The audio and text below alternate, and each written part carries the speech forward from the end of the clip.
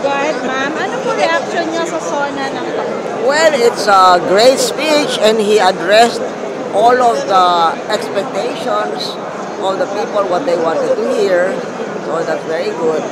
What's his statement on SONA, on POGOS? Do you Well, oh support yeah, as you can see, that's what everybody was waiting for. It was like, will he or won't we? Won't he?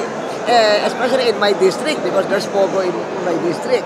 So now it's very clear, and I think that's also seems to be the sentiment of the people in our How about district. his report on the economy?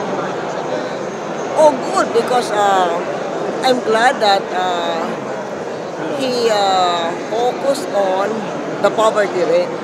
Because at the end of the day, that's what we're after, reducing poverty. And looks like he's on track with the poverty reduction target.